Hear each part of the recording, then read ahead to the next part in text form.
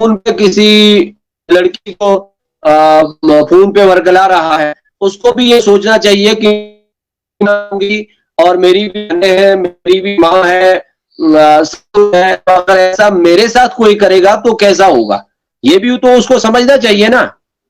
یہ ایک مرد کو بھی سمجھنا چاہیے. اگر لڑکیاں بہکی ہوئی ہے، اگر لڑکی بیکار ہے، وہ سوشل میڈیا میں ایکٹیو ہو کر کے کسی لڑکے کو فون کرتی ہے اور فون کال کے ذریعے سے اس کو اپنے پیار وہ دعوے جیسے سیما کا مسئلہ ہے، اس لڑکے کو بھی سوچنا چاہیے کہ اگر میری ماں بہن کو کوئی ایسے فون کرے گا تو میں کیا کروں گا، میرا حال کیا رہے گا، میرے ساتھ کیا گزرے گی جب ایسا ہوگا.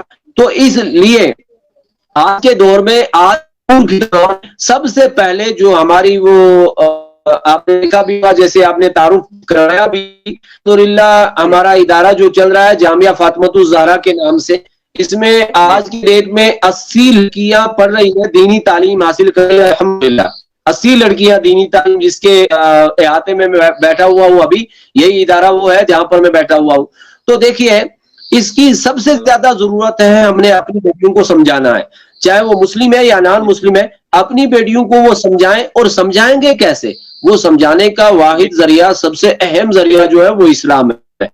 آپ کو سمجھنا ہے، جو ماں باپ کو چاہیے کہ وہ اپنے اولاد کی اچھی تربیت کریں، ان کو اچھے اساتذہ کا انتخاب کریں، ان کو جیسے سوشل میڈیا میں آج آپ نے یہی بتایا کہ ویسے لباس آتے ہیں، ویسے حالات ہیں، آن لائن لباس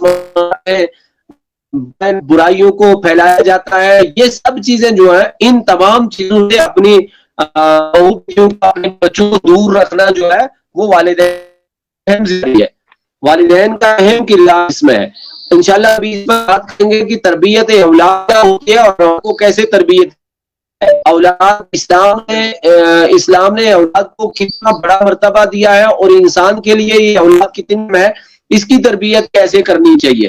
اگر یہ اپنی اولاد کی تربیت نہیں کر پاتا ہے، اپنے اولاد کو سمجھا نہیں پاتا ہے، تو سمجھ لے کہ یہ اپنے اس نظام چلانے میں بالکل ناکام ثابت ہو رہا ہے، جس طرح آج یہ سوشل میڈیا پہ ہو رہا ہے.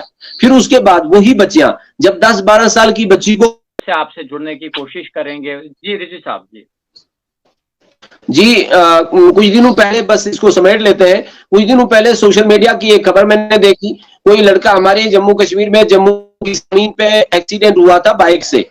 یہ ماحول کو دیکھنے کی بہت زیادہ ضرورت ہے، پھر ہمیں بات بائک سے ایکسیڈنٹ ہوا. جب اس کا کیس پولیس کے دائرے میں آیا تو اس کی 8 لاکھ بائک تھی. اب ذرا غور کریں کہ 8 لاکھ بائک ماں باپ کے بغیر وہ کہاں سے خرید سکتا تھا. بچہ تو 10th یا 12th میں 11th میں پڑھ رہا تھا. 11th میں پڑھنے والا بچہ 8 لاکھ کہاں سے لائے گا؟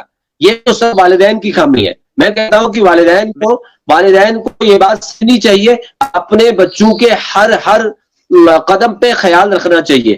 یہ میری گزارش ہے. اور دوسری اسلامی بیٹیوں سے، بالخصوص ہماری بیٹیوں سے ہے، وہ یہ جتنی بھی ہیں ان سے یہ گزارش ہے وہ سوشل میڈیا کا جائز استعمال کریں.